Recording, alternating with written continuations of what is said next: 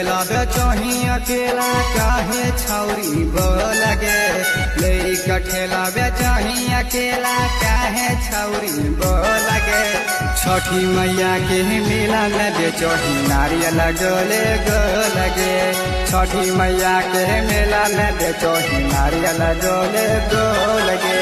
रुपया लेके देंगे छौरी फलावा जोरे जोर गे।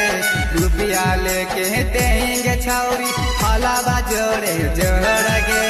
छठी मैया के मेला में बेचही